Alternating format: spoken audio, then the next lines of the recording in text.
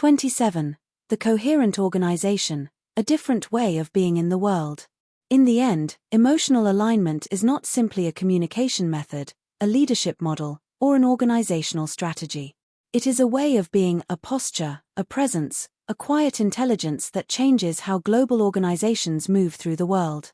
When alignment matures fully, it transforms the organization into something rare, a coherent system capable of acting with unity across distance, culture, and complexity. It becomes a global organism with a steady emotional pulse. Coherence does not mean uniformity. It does not mean stripping away cultural nuance or insisting on identical behaviors across regions. Coherence means that meaning travels clearly, emotional signals land consistently, and teams carry shared instincts even when they're oceans apart. Urgency, tone, silence, and escalation develop predictable emotional interpretations across the organization. People come to trust not only the message, but also the emotional climate in which that message lives. When coherence is present, organizations move differently. Decision-making shifts from isolation to rhythm, and collaboration feels grounded rather than fragile. In crisis, teams don't fracture, they converge. Performance stops relying on individual brilliance and rises from collective understanding. Reputation, in turn, is not something they manage, it's something that naturally emerges.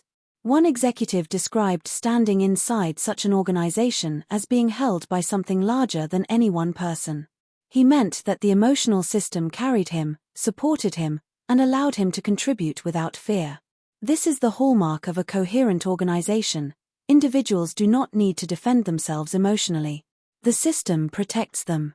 In organizations lacking such coherence, people often expend enormous emotional energy on translation, protection, and interpretation. People begin wondering how leadership feels today and weighing the risk of speaking up. Tone starts to feel like a hazard to be navigated, and urgency gets interpreted through personal histories instead of shared logic. Movement becomes careful, defensive, or quietly separate, long before anyone realizes alignment has slipped. This emotional labor is invisible, yet exhausting. It slows down performance. It erodes trust. It fragments identity. Coherent organizations remove that burden. Emotional uncertainty gives way to clarity, fragmentation shifts into synchronization, defensive interpretation transforms into shared confidence, and drift is replaced by stability. But coherence is more than an internal advantage, it is an outward-facing presence. Customers experience it as reliability. Regulators experience it as transparency. Partners experience it as maturity. Stakeholders experience it as trustworthiness. Coherence becomes the organization's emotional signature across the global landscape. It becomes a form of intelligence that others instinctively recognize and respond to. The beauty of emotional alignment is that it scales not through control, but through resonance. Once embedded, it spreads naturally through the ways leaders speak, the ways teams listen, the ways meaning is clarified, and the ways people repair misunderstandings. It becomes the organization's emotional literacy. And this literacy does not need to be memorized, it is absorbed. The final transformation of a coherent organization is perhaps the most profound. Clarity takes the place of emotional uncertainty, and synchronization emerges where fragmentation once lived. Defensive interpretation evolves into shared confidence, while drift settles into stability. This self-awareness is the mark of a mature system, one that does not rely on the intuition of a single leader, but on the deeply embedded alignment of many. And yet, coherence is never complete. It is never final. Emotional architecture is a living structure. It requires attention, care, calibration, and humility. But the effort it demands is far less than the effort required to navigate misalignment. A coherent organization becomes easier to lead because meaning is carried collectively. The weight of communication is shared. Leadership becomes less about correction and more about stewardship.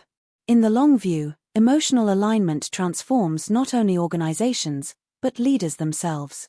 Leaders learn to see emotion as information rather than interference, and to read drift as a meaningful signal instead of a threat.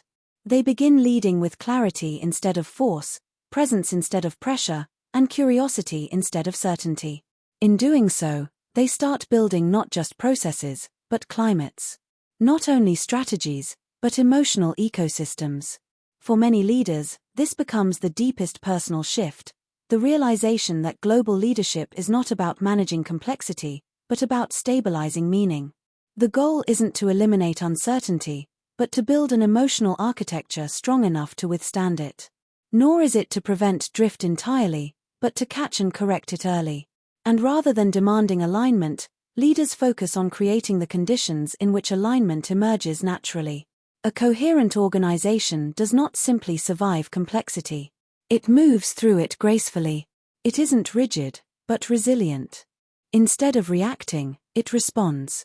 Rather than shouting to be heard, it speaks with clarity that carries across the organization. Under pressure, it doesn't fracture, it converges.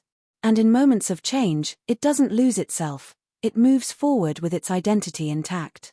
The coherent organization becomes a quiet force in the global landscape, trusted, respected, and emotionally consistent. It gains a presence that outlasts individuals and strategies. It becomes a place where people not only work, but grow, not only deliver, but evolve, not only receive direction, but understand it intuitively. This book has explored the mechanics, the psychology, the architecture, and the lived experience of building such an organization. But the work of alignment does not end in these pages. It continues in every conversation, every tone, every pause, every decision, every moment of drift, every act of clarity. Coherence is not a state to be achieved.